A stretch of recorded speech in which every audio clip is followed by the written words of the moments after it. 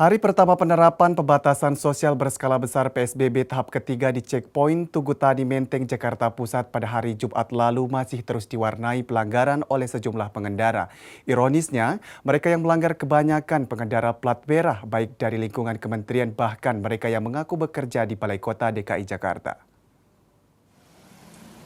Razia PSBB tahap ketiga yang digelar petugas gabungan dari Polantas, Satpol PP, dan Dishub di checkpoint Tugutani Menteng, Jakarta Pusat kembali diwarnai pelanggaran oleh pengendara baik sepeda motor maupun mobil. Ironisnya, mereka yang banyak melanggar adalah para pengendara mobil plat merah yang bekerja di lingkungan Kementerian Perhubungan dan Balai Kota DKI Jakarta. Para pelanggar tersebut kemudian diberikan sanksi berupa teguran tertulis oleh petugas kepolisian. Salah seorang pengendara mengaku tidak memakai masker meski membawanya, lantaran baru saja selesai sarapan makan pisang. Begitu pula pengendara lainnya tidak pakai masker. Ia mengaku lupa karena habis belanja di supermarket. Saya pakai kok lagi di sini tadi. Oh, ditaruh. Apanya ditaruh di sini persis? Oh, bawa tapi nggak dipakai gitu. Enggak, saya selalu pakai kok. Oh, selalu pakai. Selalu pakai. Tadi lagi belum dipakai. Enggak, tadi. Di apa di ini? Tadi saya sarapan. Oh, sarapan. Ini makan pisang nih. Oh, gitu. Iya, baru habis. Tenang aja, saya selalu pakai kok. Kerja di kementerian mana, Pak? Saya di Balai Kota. Oh, Balai Kota. Iya. Tadi diturunin sebentar soalnya habis dari Alfamart atau Indomaret sebentar kok. Jadi di bawah. Ini dipakai maksudnya agak diturunin sedikit aja tadi. Dia habis dari Alfa diturunin sedikit terus lupa dinaikin lagi sebentar aja. Menurut saya sih mendingan pakai masker sih, walaupun cuma sendiri kita tetap harus jaga karena kan walaupun nanti kita sendiri mungkin nanti ada keluarga yang pakai mobil itu lagi setelah kita bisa kena. Kalau misalnya kita nggak pakai masker atau kita yang kena virus dari luar, kita bisa bawa masuk ke mobil itu juga walaupun kita sendiri. Soalnya kan yang pakai mobil itu kan bukan cuma kita doang. Nanti setelah kita ada yang pakai lagi gitu. Kanit Turjawali Satwilantas Jakarta Pusat AKP Harijono menyesalkan sikap pengendara yang tak mau mengenakan masker meski membawanya. Ia juga sangat menyayangkan adanya pengendara kendaraan plat merah yang tak mematuhi aturan pemerintah pada PSBB tahap ketiga ini. Ada juga yang nggak pakai, tapi dia bawa, tapi nggak dipakai gitu loh. Itu kan sangat saya sayangkan. Padahal masker itu kan gunanya untuk melindungi baik itu diri sendiri maupun orang lain, Mas. Pak, dalam razia kali ini nih, ini yang melanggar apa aja nih, Pak Ari? Ya seperti biasa ya, sebelumnya banyak yang menggunakan masker, terus physical distancing, jaga jarak, demikian itu. Petugas berkomitmen akan terus melakukan penindakan bagi para pelanggar PSBB hingga masa PSBB ini akan berakhir. Dari Jakarta, Tirta Wijaya, Nusantara TV melaporkan.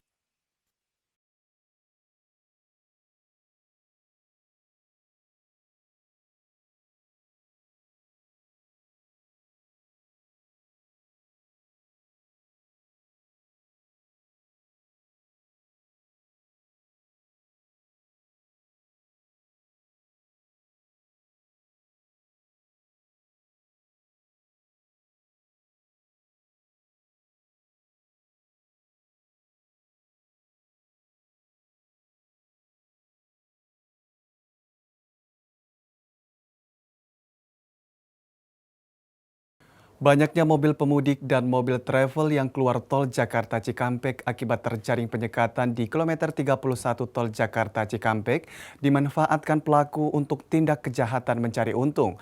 Terungkap komplotan supir angkot melakukan pemerasan terhadap sejumlah sopir travel dan pemudik yang melintasi di Jalan Raya Cikarang Cibarusah. Mereka meminta uang Rp20.000 hingga Rp200.000 saat melintasi jalur tersebut. Tommy dan Sueb, dua sopir angkutan 17 jurusan Cikarang Cibarusah ini digelandang unit reserse kriminal ke Mapolsek Cikarang Selatan. Keduanya terpaksa berurusan dengan polisi setelah ulahnya meresahkan warga sejak 1 pekan terakhir. Dua pelaku dan kawanannya yang terdiri dari 8 orang sopir angkot dilaporkan melakukan pemerasan terhadap sopir travel yang mengangkut para pemudik. Modus yang dilakukan kawanan ini yakni mengincar travel dan kendaraan pemudik yang terpaksa keluar gerbang tol Cikarang Barat akibat terjaring penyekatan checkpoint di kilometer 31 tol Jakarta Cikampek. Para sopir angkot tukang palak ini akan mengejar mobil yang menjadi mangsanya dan meminta sejumlah uang dengan alasan menyerobot trayek mereka. Guna memuluskan aksinya, kelompok ini tidak memasang plat nomor mobil angkotnya. Tahun 2017 udah setiap mau lebaran lah. tiap mau lebaran emang 2 minggu mau lebaran lah. Itu semua hampir rata-rata 17 itu mintain travel, minta ganti ongkos penumpang.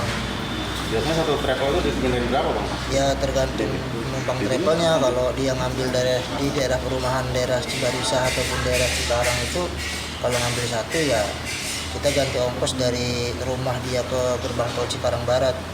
Itu berapa? Itu Biasanya? ada yang 20, ada yang 10, tergantung jauh perumahan ngambilnya di mana.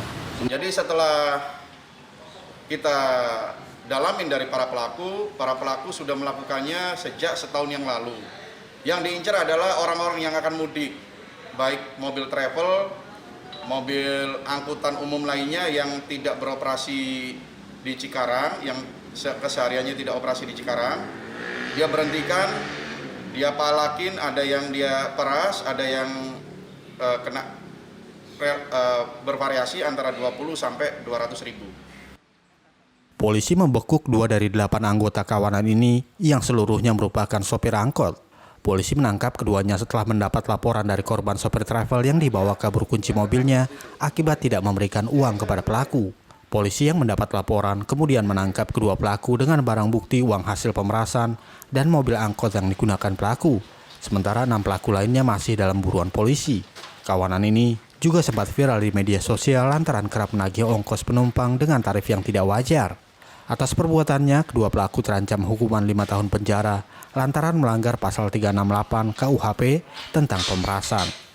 Dari Bekasi, Ari Ridwan, Nusantara TV melaporkan.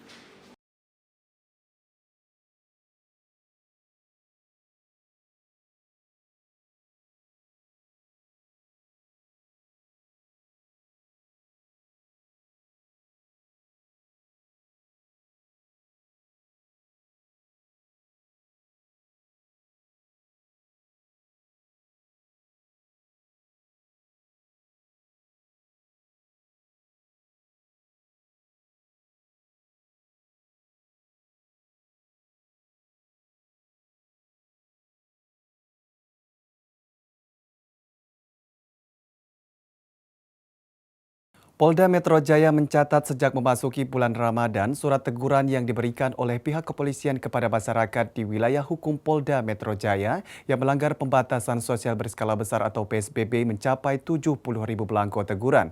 Kepolisian pun tidak akan memberikan kelonggaran bagi warga yang mudik menggunakan minibus atau mobil pribadi, travel maupun kendaraan roda 2. Di sela kunjungannya ke wilayah Cikarang Utara, Kabupaten Bekasi, Jawa Barat, tepatnya di checkpoint kilometer 31 Tol Jakarta Cikampek, Kapolda Metro Jaya Irjen Pol Nana Sujana menegaskan dirinya tidak akan memberikan kelonggaran bagi warga yang pulang kampung di Hari Raya Idul Fitri 2020. Nana Sujana mengatakan dari data yang dihimpun sejak 24 April 2020 hingga tanggal 21 Mei 2020, belangko surat teguran yang diberikan di wilayah hukum Polda Metro Jaya sebanyak 70.000. Kemudian kendaraan yang sudah diputar balik di jalan tol maupun arteri sebanyak 25.691 kendaraan. Sementara kendaraan tanpa izin trayek atau travel gelap sebanyak 471. Kapolda Metro Jaya Irjen Pol Nana Sujana menambahkan selama penerapan PSBB untuk meminimalisir penyebaran COVID-19, petugas kepolisian berhasil melarang 2.771 orang yang akan mudik ke kampung halaman. Selain itu, pihak kepolisian juga bekerja sama dengan pemerintah daerah yaitu Dinas Perhubungan untuk menyiapkan bus untuk membawa masyarakat yang kedapatan menyewa travel gelap. Travel tersebut akan diamankan oleh pihak kepolisian sementara penumpangnya akan diangkut menggunakan bus dan akan diperiksa dengan protokol kesehatan. Terkait dengan pelaksanaan operasi Ketupat Jaya, di mana kita ada 18 penyekatan, ya, 18 penyekatan yang ada di wilayah hukum Polda Metro Jaya, itu yang 2 adalah di tol, kemudian 16 di arteri, ya, di luar tol Cikarang dan di tol Cikupa. Kemudian yang kami lakukan, ya tentu khususnya terkait memang saat ini ya pelaksanaan bulan puasa ataupun Lebaran, juga terkait dengan masalah operasi Ketupat Jaya 2020 ini juga ya pada saat waktunya itu saat pandemi COVID-19 ya. Jadi terkait dengan COVID-19 ini ya dalam rangka upaya pencegahan penyebaran virus corona sampai ke wilayah, dan dari awal Bapak Presiden sudah menyampaikan adanya pelarangan masyarakat untuk melakukan mudik. Sementara itu, petugas kepolisian dan Dinas Perhubungan Kabupaten Bekasi terus mengoptimalkan arus lalu lintas dengan melakukan pemeriksaan kendaraan di 18 checkpoint. Dari Bekasi, Jawa Barat, Ari Ridwan, Nusantara TV melaporkan.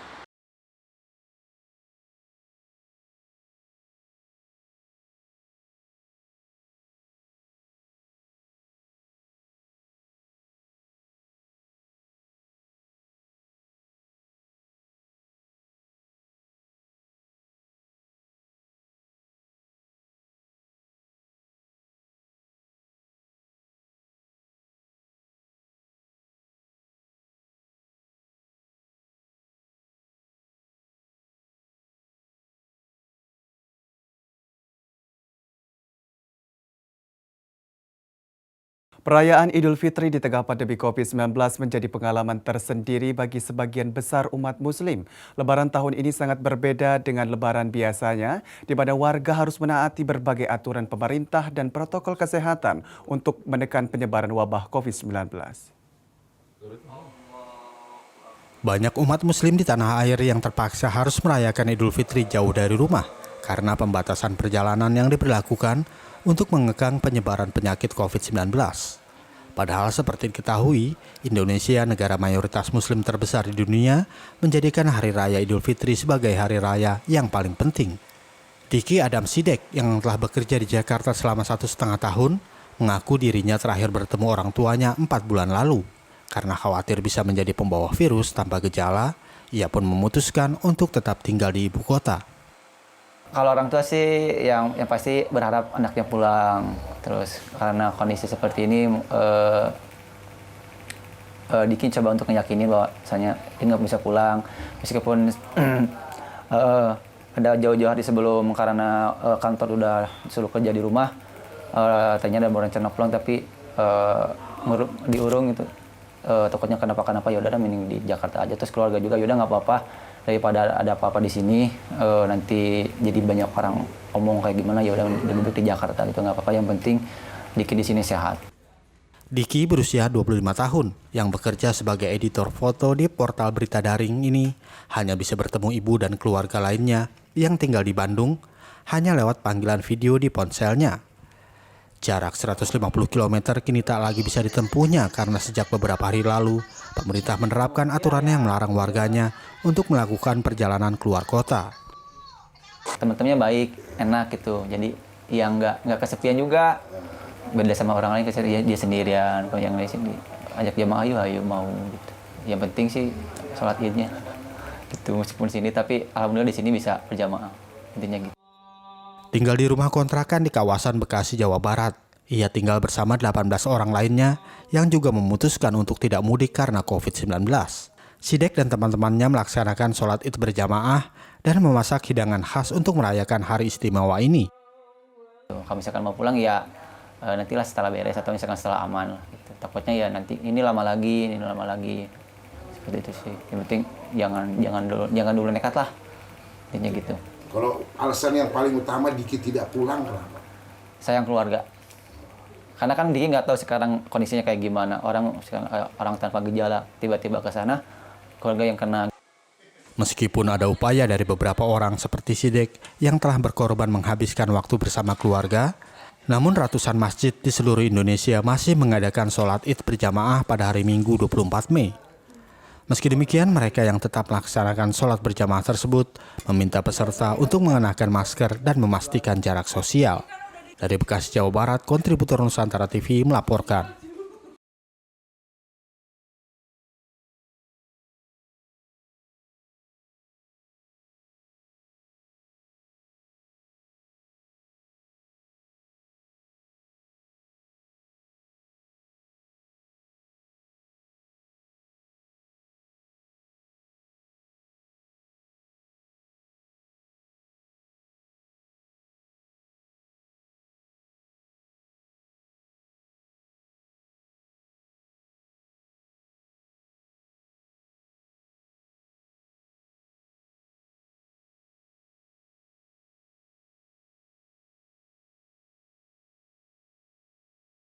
Aksi unjuk rasa pro-demokrasi kembali pecah di kota Hong Kong. Aksi ini dilakukan warga untuk menolak kerangka kerja keamanan nasional yang baru untuk menekan gerakan pro-kemerdekaan.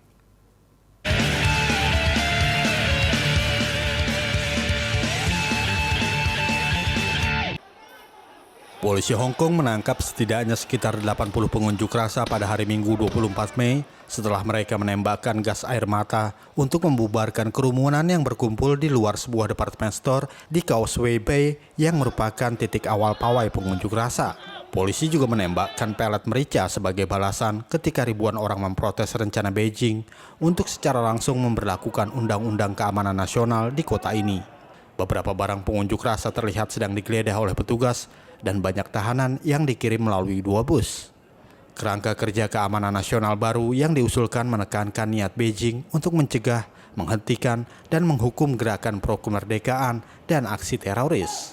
Aksi unjuk rasa yang dilakukan warga Hong Kong ini merupakan kali pertama sejak Beijing mengusulkan Undang-Undang Keamanan Nasional.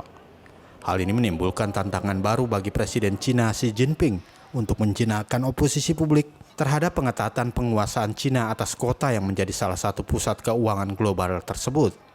Dari Hong Kong, Cina, kontributor Nusantara TV melaporkan.